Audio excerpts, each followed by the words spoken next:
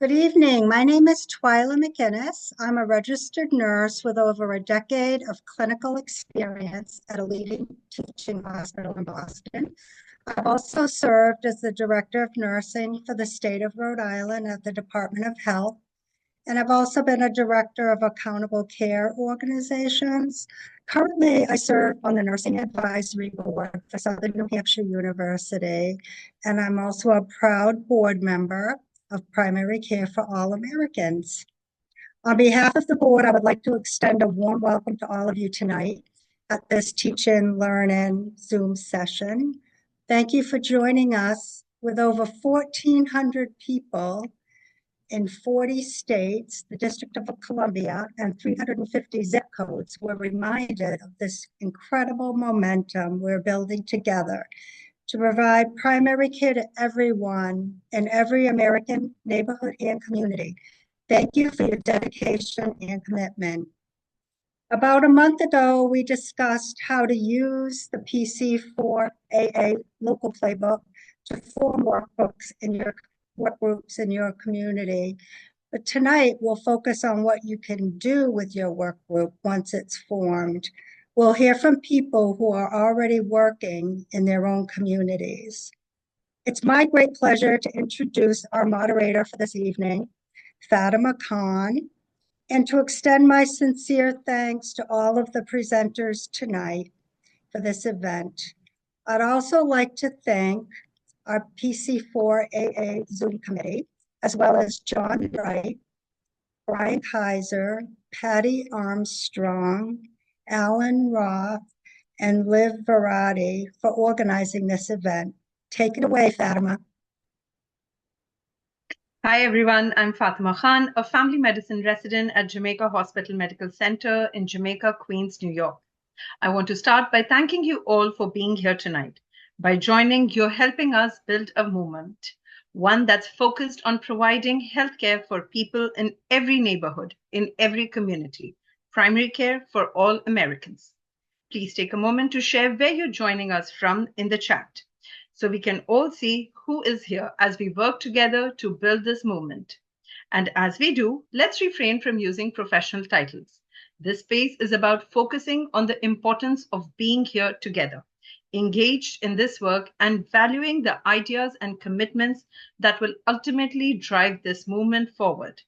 Now, it is my great pleasure to introduce the co-chairs of the Primary Care for All Americans local playbook work group, Sarah Pastur and Matthew Libby. Sarah Pastur is a board-certified and clinically active family medicine physician, an accomplished primary care champion and leader. She's an experienced primary care innovator in military medicine, academic medicine, private practice, street medicine, and employer-sponsored delivery models. She currently serves as head of primary care advancement at Elation Health, a primary care-focused EHR company. Matthew Libby is a family physician and healthcare leader with experience innovating in community health and in the tech startup space. He is currently serving as the chief medical officer at a healthcare for the homeless organization on Cape Cod. Matt is also a board member and treasurer of the Massachusetts Academy of Family Physicians and an instructor in family medicine and community health at the University of Massachusetts Chan Medical School. Tonight, we are here to both teach and learn from each other. We encourage you to contribute by submitting your questions in the chat throughout the session. Please stay with us at the end of the session, where we will have time for a Q&A and discussion. We'll be exploring how you can help bring primary care to everyone in your own neighborhood and community. Now, without much further ado, Sarah and Matt. Thank you, Fatima. I'm going to bring up some slides and share with you just an overview of the playbook. So as everyone's seeing that.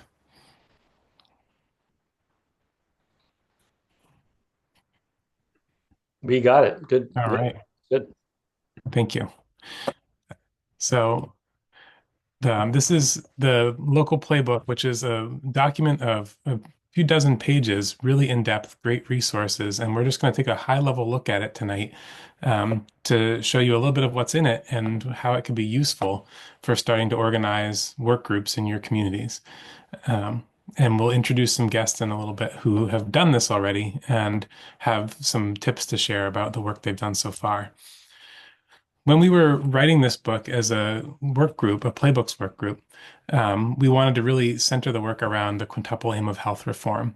So for people who may not be familiar with that, there are three pillars that originally were the triple aim of health improvement from the Institute for Healthcare Improvement, and it's been added on to over the years by people within primary care to say that there are now five pillars. So it has to do with the experience people get when receiving care, getting optimal outcomes for populations and individual people, doing that in a way that's cost effective, and that protects the well-being and professional satisfaction for healthcare workers and creates an equitable opportunity for optimal health for everyone.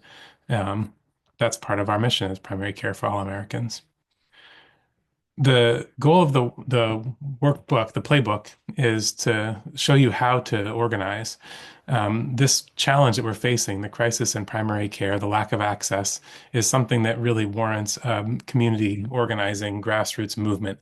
And that is what we have tried to start to form in primary care for all Americans.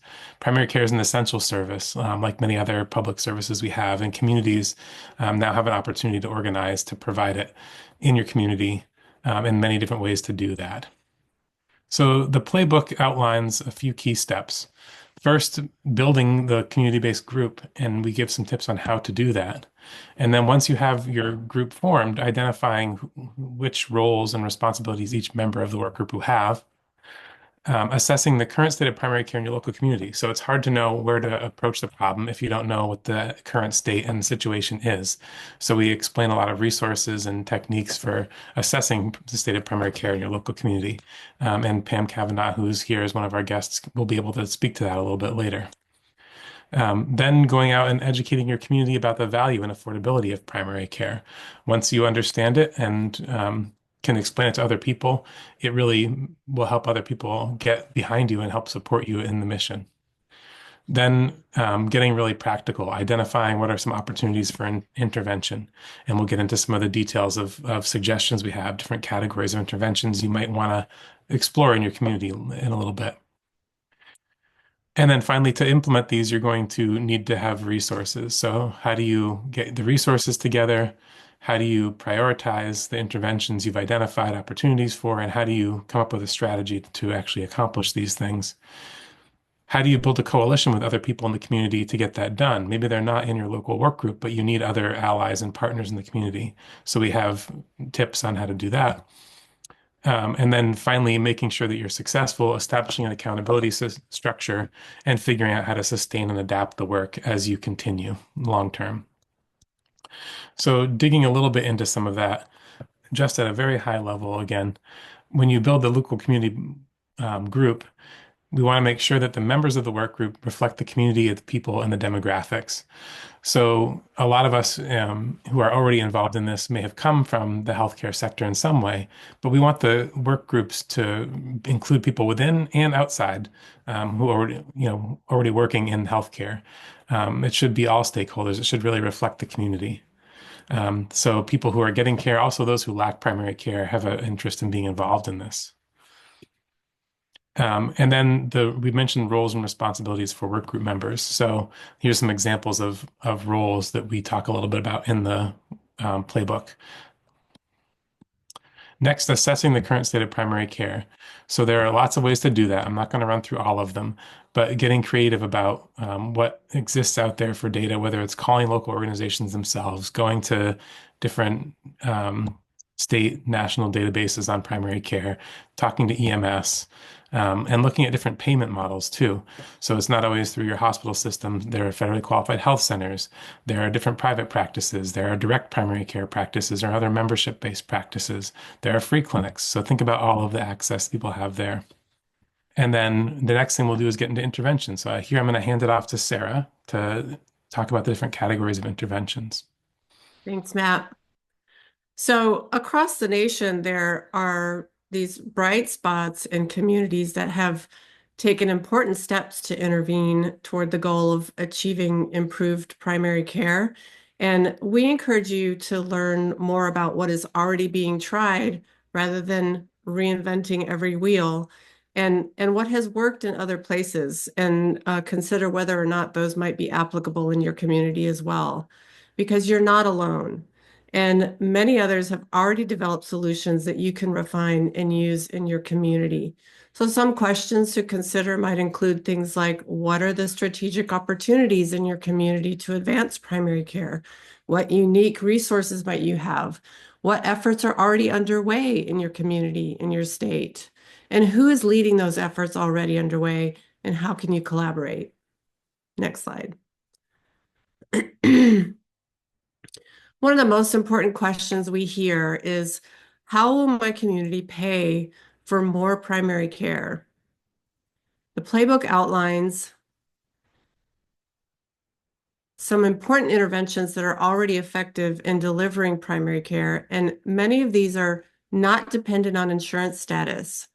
An important message here is that communities can identify local resources to invest in primary care, and primary care has a demonstrated return on investment that decreases cost burden on the whole community and improves the local economy.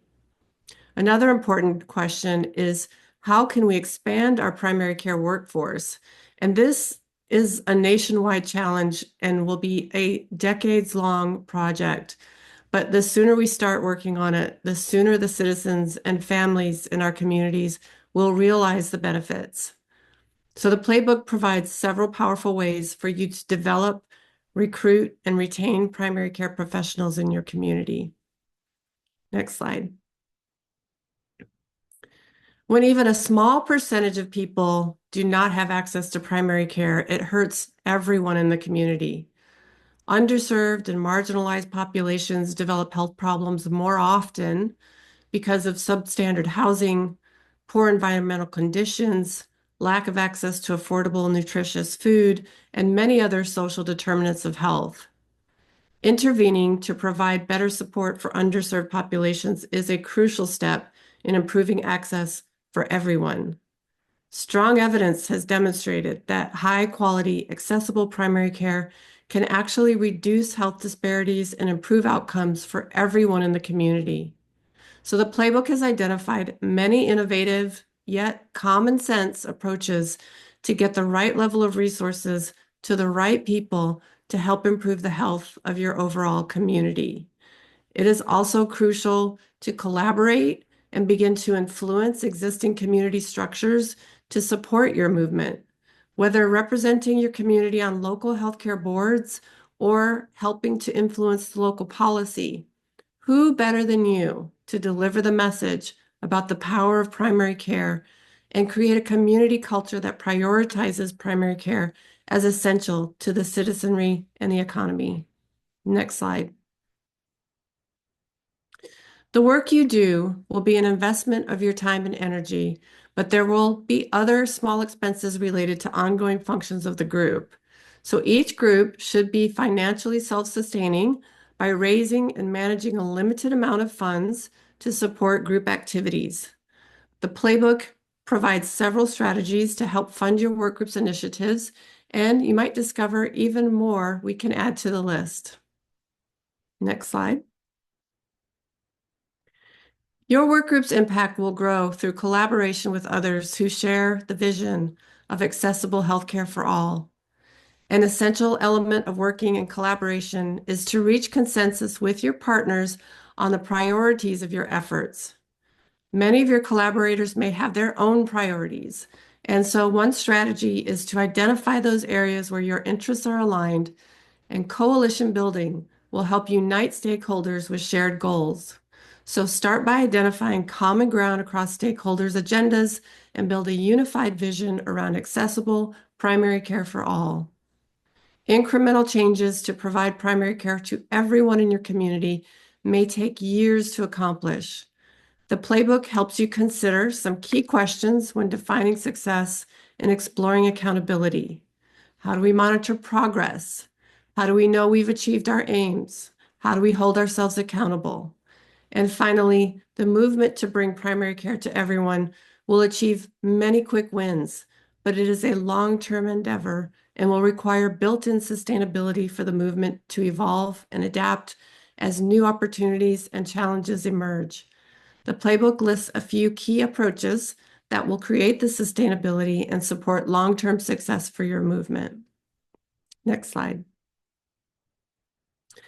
And we wanted to share this post from Dr. Graham Walker, and I think it has two important points here. And so he says that the best internet comment I've seen in a while, quote, "Other countries socialize their medical problems. America medicalizes its social problems." And when we think about it, as long as we treat health and illness as profit centers for the medical industry to fix, then we're stuck in a stationary bike going as fast as we can, as he says. And so what that means to me is that our traditional healthcare system is failing us because it is a profit center. It is healthcare for profit and not for people. And what we are building is healthcare for people, not for profit. And the other piece of this is that we have to keep in mind that so much of this failure in our healthcare system is related to failure of policy. And we can't keep throwing prescriptions and procedures at that from the healthcare community.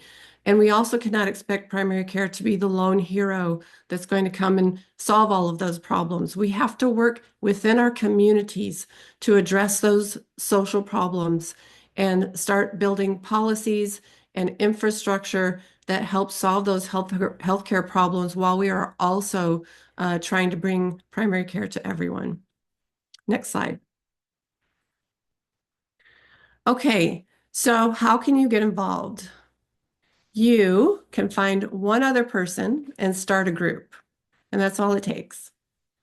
We're going to hear from our panelists in a moment, and they've done exactly that.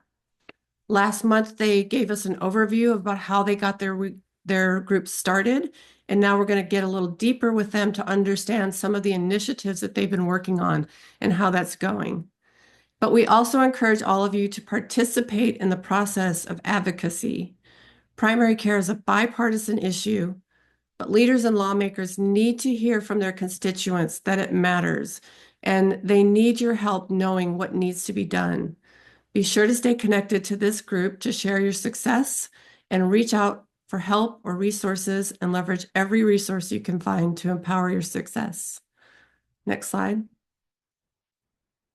So if you haven't already, please join our movement at primarycareforallamericans.org. Follow us on social media for news, events, and other announcements. We recently made 2 Primary Care for All Americans community groups on LinkedIn where anyone interested can join, ask questions, seek like minds, share best practices, and find community. And if you're in a work group and want to share something or have a question, you can email us at local@primarycareforallamericans.org or state@primarycareforallamericans.org. So pick at least one thing and get started today. Good. So that concludes our slide presentation. And now I'm excited to introduce again our 2 panelists for tonight's session, who will be sharing the impactful work that they're doing with their local work groups. And we're thrilled to hear from Pam Kavanaugh and Gabrielle Yaru, both of whom are making positive change within their own communities. Gabrielle Yaru is a family medicine attending physician at Jamaica Hospital Medical Center in Jamaica, Queens, New York, and serves as the pioneering project lead for the PC4AA Queens work group. And Pam Kavanaugh is retired 3 years ago after working 38 years at the New Bedford Community Health Center, a federally qualified health center. Her last administrative role at the health center was as Chief Quality and Compliance Officer, and Pam came out of retirement, and we're so grateful, in August of 2024 to become the project lead for the PC4AA New Bedford Work Group. And now I'm going to hand it back over to Matt to ask our panelists some questions. Thank you. Thank you. So first, Gabrielle, welcome back. Last month, you shared with us about your Pathways program. So that area we talked about of focus of recruitment. And you said that you'd been getting in front of some local politicians, other community leaders, advocating to set up training and recruitment pathways into healthcare. So can you tell us what you've been using as an opening pitch to start those conversations and maybe a brief update on how it's been going so far? Yes, thank you for having me again. So I usually introduce myself in an email as a family medicine physician raised in Queens, now working with PC4AA and Jamaica Hospital to lead the Next Gen Health Ambassadors Program. Jamaica Hospital is where I work.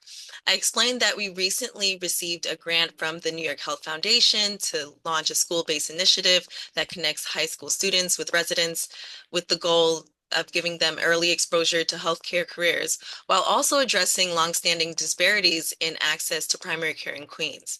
I often share that this program is deeply personal to me because I had to create my own opportunities growing up in the same neighborhoods. Once they respond and we are able to schedule a meeting, I open with how many physicians are estimated to be needed in New York State as a whole, which from my research is approximately 1,200 by 2030. That becomes the wow factor for them and the hook. Then I continue with how the program will be structured, what is there to gain for their constituents, for example, a healthier workforce, and then depending on the politician's initiative for the year, if it's around education or school initiatives, I'll highlight that as well. And then I'll go into how primary care is preventive care, and then may end with what my ask is for them. So far, the response to the program has been overwhelmingly positive. Several local elected officials have expressed support and agreed to provide letters of recognition for the students participating, while this will help strengthen their resumes and open doors for future opportunities. The hospital volunteer offices that I speak with for the program, they are especially eager to get this started. The two hospitals that I'm involved with specifically don't currently have formal programs that allow for direct physician shadowing, so this fills a needed gap. For one of the hospital systems, we've already met with one school that's enthusiastic about reestablishing a partnership with them. They lost that partnership in the aftermath of COVID. So this way they can reconnect their students now with that hospital system and then give them real world healthcare experiences. Much of our traction also has been from simply being out in the community. Local health fairs, expos, and public events. Every time I speak about the program, I make new connections with community-based organizations. In fact, I secured a key letter of support for our grant initially by having a conversation at a high school career fair where I introduced the purpose of the grant to the principal, who then gave a letter of support. And it's a math and sciences school, so it was very fitting for them as well. So spreading the word both on the ground and through direct outreach, especially email, has been incredibly effective and one of the biggest factors that's helped build trust in showing up as someone who's from the community. When local politicians and CBOs see someone who grew up here, trained in medicine, and has come back to invest in the next generation, they're more eager to incline to support it. Most commonly, that is what they anchor to the most, that they have a constituent in their community trying to affect change in their community. They see the value in creating a pipeline of future leaders who share the same story and people who understand the community because they are the community. This then opens the door to speak about the importance of primary care. Wow, great. And thank you. That's so powerful. And we can take questions from the audience in the chat also. I wanted to put one to you, Pam, first. So last time you talked a little bit about your primary care assessment, and so I was wondering if you'd share with us a little bit more in a focused way, sort of the primary care assessment, how you've done that and how long it took. And then also I've heard you're starting to form some subgroups within your larger work group. So you can talk about those too, whatever sort of feels most relevant for you to summarize for us. Hello, everyone, and thank you for having me again. Our work group started actually in September.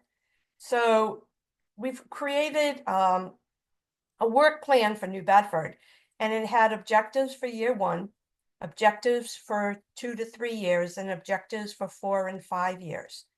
And from that work plan, one of the objectives was to look at our community and make an assessment.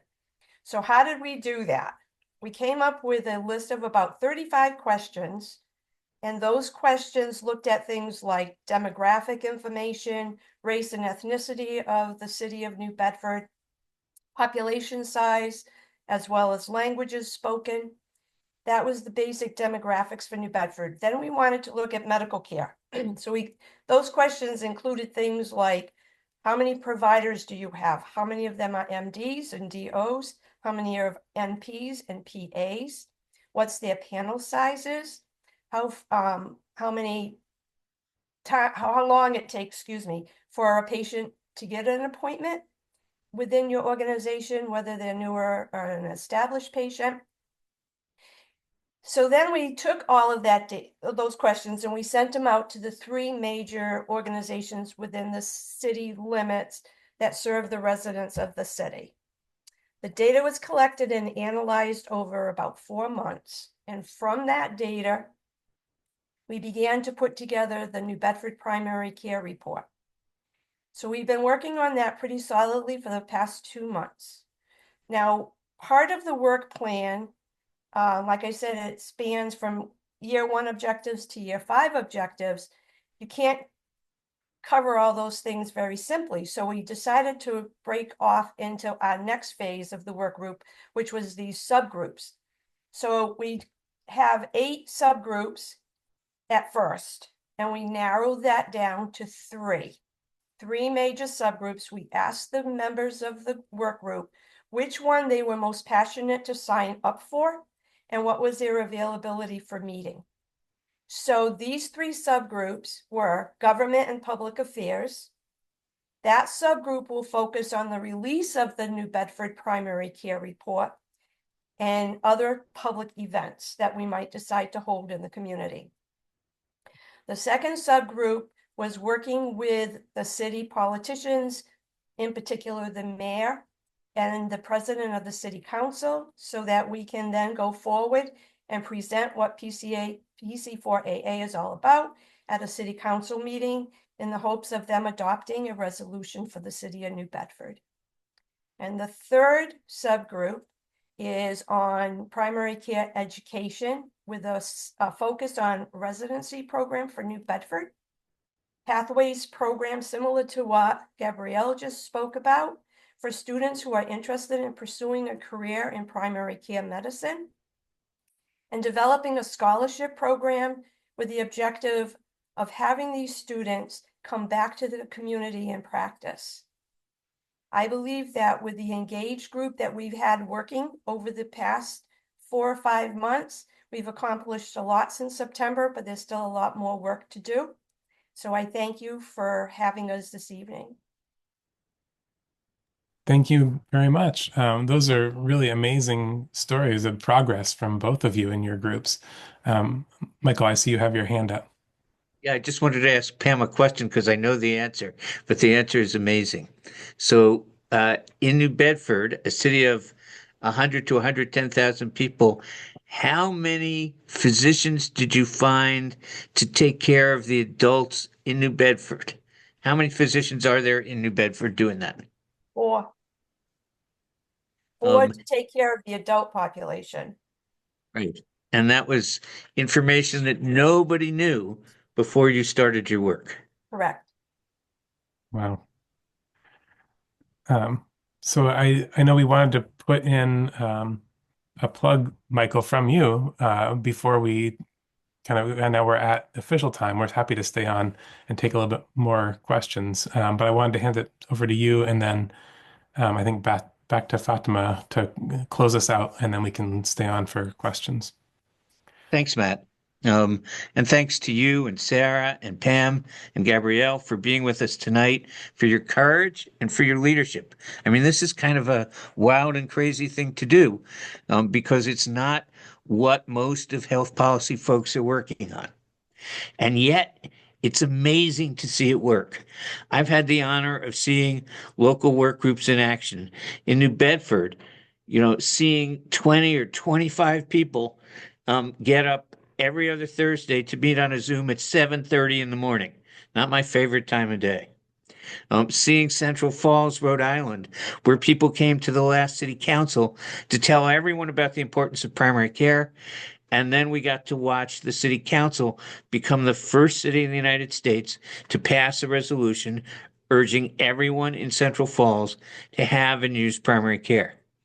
It's cool to see new local work groups forming in East Harris County, Texas, and Richmond, Virginia, and now in Lenox, Massachusetts. This is a good wildfire. It's infectious, but not a disease.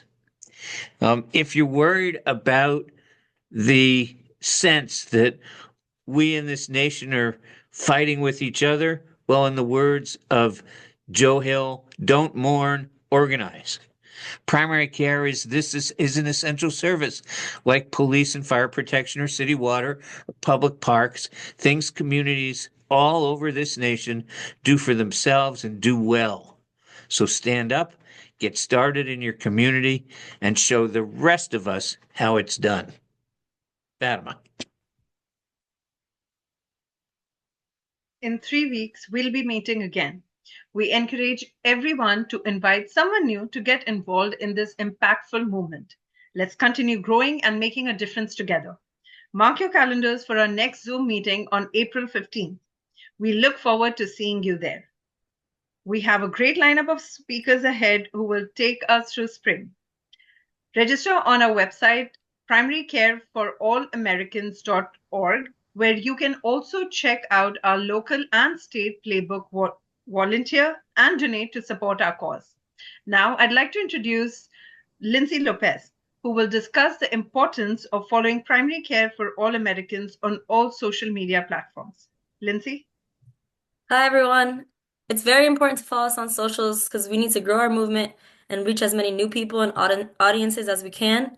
Social media allows us to be seen in places we wouldn't normally reach, and engagement with our posts on LinkedIn, Facebook, Instagram really mean a lot to us, whether that's liking the post, commenting, reposting, sharing. Any interaction increases awareness of our movement.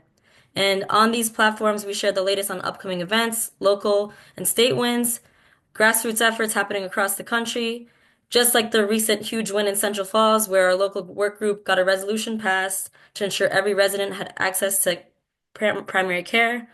Plus, you'll see more clips from events like these ones, where experts and community leaders are making real change. Join the movement, connect with like-minded people, and help build a healthcare system that serves people, not profits. I'm going to drop the tag for our socials in the chat right now. On this link, you can find all of our recent articles and links to our social media. Follow us now.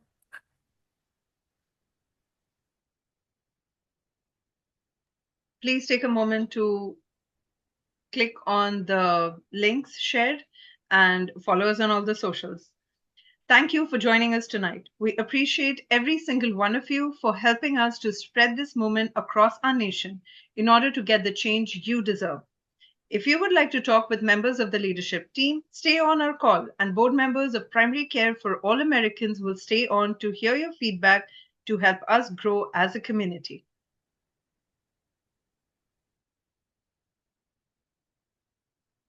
Thank you, everyone. See you on April 15th.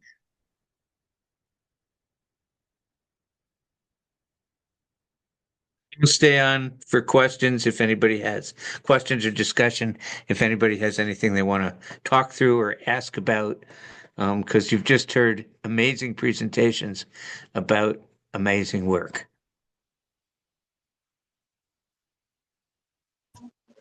Is there any way to get those slides? That's Byron. Sarah? I know the recording will be up on the website. I think we could make the slides available too. I don't see why not. Yeah, no reason why we can't put those in a PDF and share them. If you guys can send them to Margaret, she can get them to Byron. Great. And I'll And drop anybody else who wants them. I was gonna say I'll drop the playbook link in the chat too. Great, thank you. So are you still here? I'm sorry. We're raising hands. I'm sorry. That's the right way to do it. Sorry, George. No, you Go go, ahead, Donna. go right ahead. You beat me to it. I just opened my mouth. Is Winslow here? No, my husband's not here. I thought he was here. Maybe he is and he's listening and not talking or having an issue. But we're not hearing you when I hear you downstairs, but I'm not hearing you upstairs. I'm not hearing you in, Donna, maybe you and Winslow can get together and we'll go to George and then come back to you. How would that be? sure, that would be great. George, you're up. Thank you, thank you. Sarah, thank you for your points, your discussion. There's a couple of slides where you're talking about other people in the community that you can tap into as recruits, if you will, as assistants. And we've been working with it's not a new group, but people like social workers in the community who take care of a particular set of problems, occupational health therapists who come to people's homes, as you know, and make sure that they're safe for older people. That would be me. And one of the things I do to try to stay real is I have a small home healthcare agency, and it's amazing the resources that are in communities, in addition to social workers and occupational health people. Health coaches is a relatively new profession that is now accredited, has training programs for people. And then there are all kinds of, care coordination and connecting people with the right. George, can you focus on a question for Sarah? Yeah. So my question is, have you started to tap into some of these other resources that are out there? Yeah, I think some of the unsung heroes in this effort are community health workers and EMS workers who are really the safety net to the safety net to the safety net.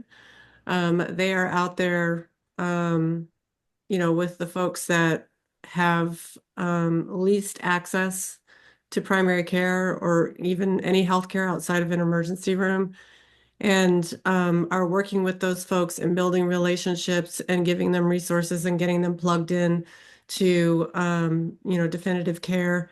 And the gap, though, is that many times there is not definitive care to plug them into.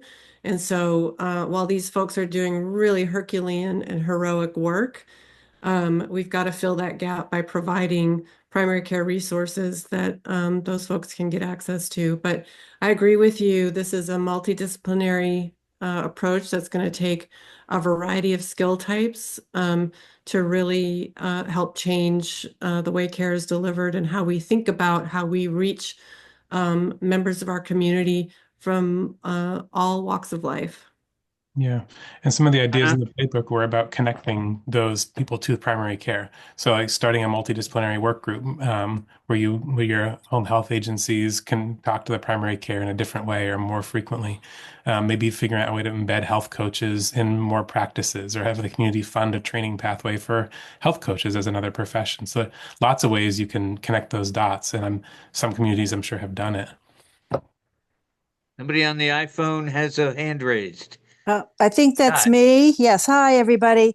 I had my other side hustle, which really is a volunteering side hustle. I'm a member of the Mattapoisett Council on Aging, and we had a talk with Representative Mark Sylvia from Massachusetts, from the 10th Bristol District, and he informed us that the community that he was going to be going to a lot of the Council on Aging as a connection. I guess the new representatives are kind of in a bullpen in the basement of the State House. So he wants to get out more into the communities. So that's really cool, being in the communities, having a legislator there and having listening and one-on-ones and whatever it is as a constituent we need. And he does do some precincts in New Bedford, or his cadre of people. So I just wanted to put that out there as another access in the different states, that maybe the Area Agency on Aging or Council on Aging or the Council on Governments for the seniors, but it is more for aging, not just seniors and elderly, although there's that geriatric stigma as well. But I wanted to put a plug into how accessible legislators are. Thank you. Winston and Donna, do you have a question? Yeah, Winslow here. I'm involved with a work group in my county. We're looking at using guilds and unions to help get doctors freed up and into independent practice, maybe negotiating better with hospitals about escaping restrictive covenants with our employment agreements that they might have in primary care in their community where they already have a set base of patients. And trying to use that as a way to provide resources for primary care practices in more of a group organized way, because we've been fractionated with all the rules and regulations and antitrust and non-competitive. We're not allowed to have negotiations with payers as a block because it's anti-competitive. So there's some other unique ways that might be developing over the next year or two in our local communities. I'm excited to hear that. As a primary care physician, I've seen a lot of momentum shifting back toward independent practice. It's become more consolidated now, and that's a lot of the health system run primary care implementations are driving burnout and really lowering quality of care in a lot of ways. And I could have a soapbox about that in a different time, but I'm encouraged to hear other efforts forming in communities around trying to empower and organize independent practicing primary care people to have some leverage and negotiating power. I agree. That's phenomenal. Go ahead, Sarah. I was just plus wanting to Matt's comment, because I think that's phenomenal and really important work that needs to be done in order to create a pathway for more physicians into independence where they have the autonomy to really practice care that is in the best interest of the patients and not serving the profiteers. We've heard about the work Health Rosetta has done in Ashtabula, Ohio, in organizing a community-owned health plan. Is anybody aware of other situations, employers who bring primary care in to make sure all their employees have primary care, or other sorts of organizations who make the provision of primary care central to their health approach to this whole to their population? Larry? So there are a number of Health Rosetta trained. They don't want to be called brokers any longer. They want to be called health system architects, who are replicating the model that is active in Ashtabula, including Bryce, who has a number now of sites in the United States, West Virginia, Florida, and a few other places. So that's a growing movement. Yeah, and Michael, just quickly, I'll get to the point quickly on your question. There are a whole group of, and David knows about these companies. They're self-insured companies. There's a group out in Wisconsin, and they were very successful at building their own on-site primary care clinics that employees, is practically in the building of the company. And there's a whole book about that. I can bring the next time. But there's a number of companies in the Midwest have been quite successful at pushing back and building up good, strong primary care capabilities. Does anybody know anybody who's been doing that and connecting it to the community that's served? I mean, I think they did that in Ashtabula pretty well. But I'm interested to it's one thing for an employer to do it. It's another thing for that employer to then take that approach and spread it to a whole community that's served. Anybody have any sense of that?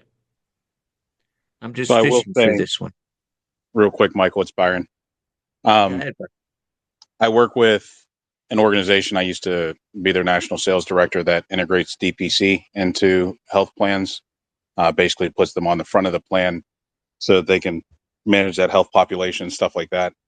We have the capability of doing those things if that's an opportunity and it arises as a need.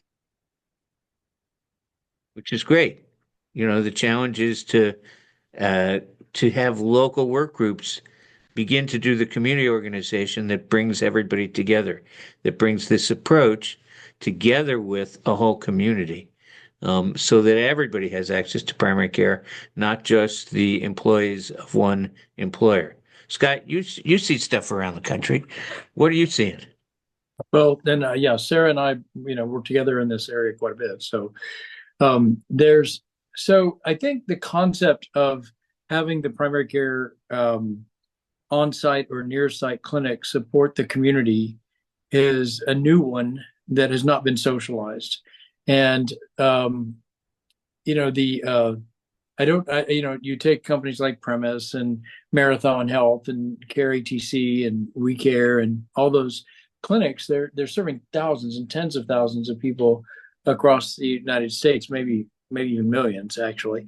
And so I think that they're very focused on how they serve their employees, but I don't know that the community focus has been good. And like We Care TLC, that's down in Florida, they work with a lot of school districts, and they would be perfect. Care ATC works with a lot of schools and municipalities, but I think this is a new concept. So I think Sarah and I are going to be at the National Association of Worksite Health Centers here in Dallas in a couple of weeks, beginning of April.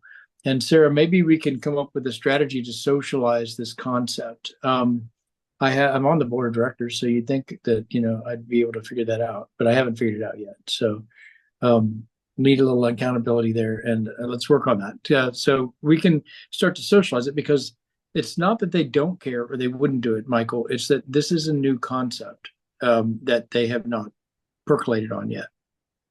Thanks, Scott. Judy, can you give us a sort of national policy perspective? Are policymakers seeing this opportunity to get primary care to everybody as meaningful, or are people still pretty focused on reimbursement policy? That's a good question. We are in changing times, I would say. We might have an opportunity to really highlight the value of primary care in making America healthy again, right? In preventing diseases and managing chronic diseases. I mean, the answer is primary care for all Americans. And I know that a lot of advocacy organizations in primary care and professional societies, et cetera, have sent letters to the new HHS Secretary, RFK Jr., and to people on the health committees in the House and the Senate, making that point. But whether that point is taken up is yet to be seen.